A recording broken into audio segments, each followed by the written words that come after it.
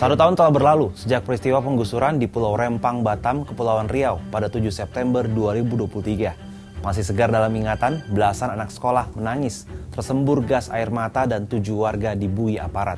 Meski demikian, hingga saat ini pemerintah terus melanjutkan proyek strategis nasional Rempang Eco City. Seperti apa duduk soal penggusuran warga di Rempang dan seperti apa situasinya saat ini?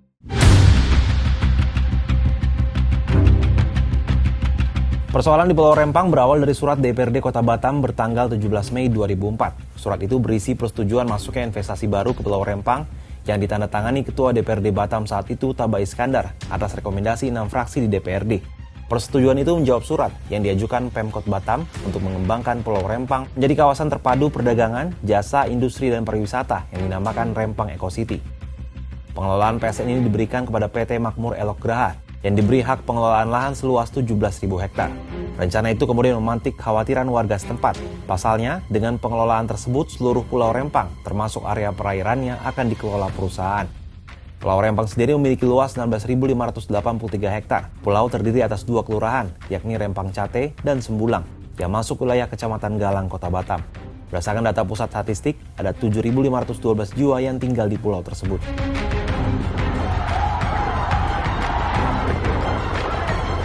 Pada 11 September 2023, kerusuhan pecah di sana. Warga menolak rencana pembangunan PSN Rempang Eco City. Dalam peristiwa itu, polisi menangkap 34 warga yang kemudian divonis bersalah dalam putusan pengadilan pada 25 Maret 2024. Meski mendapat penolakan terhadap PSN di Rempang, mengapa pemerintah bersikukuh terus melanjutkannya? Sebelum Indonesia merdeka, dan itu yang kami ada. Pemerintah berdalih Pulau Rempang merupakan milik pemerintah yang hak pengelolaannya telah diberikan kepada pihak swasta.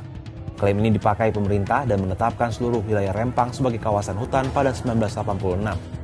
Rencananya, pengembangan Pulau Rempang diawali dengan investasi produsen kaca dari Cina, Xinyi International Investment Limited. Perusahaan ini berkomitmen berinvestasi sekitar 175 triliun rupiah untuk membangun fasilitas hilirisasi pasir kuarsa dan pasir silika, serta ekosistem rantai pasok industri kaca dan kaca panel surya. Saat ini pemerintah terus melanjutkan relokasi untuk pembangunan proyek Rempang Eco City. Meski demikian, Kementerian ATR BPN baru memberikan HPL di atas lahan seluas 126 hektar kepada BP Batam untuk lokasi relokasi warga. Untuk tahap 1, pembangunan kawasan industri terintegrasi dibutuhkan lahan 2.300 hektar. Di sisi lain, masyarakat adat di Pulau Rempang meyakini tanah yang mereka tinggali merupakan tanah yang telah ditempati sejak abad ke-18. Ketua Kekerabatan Masyarakat Adat Tempatan atau Keramat Rempang dan Galang, Grisman Ahmad, di Pulau Rempang terdapat 16 kampung tua atau permukiman warga asli. Warga asli yang terdiri dari suku Melayu, suku orang laut, dan suku orang darat ini diyakini telah bermukim di Pulau Rempang, setidaknya sejak 1834. Pemerintah sampai saat ini terus melanjutkan pembangunan PSN Rempang Eco City.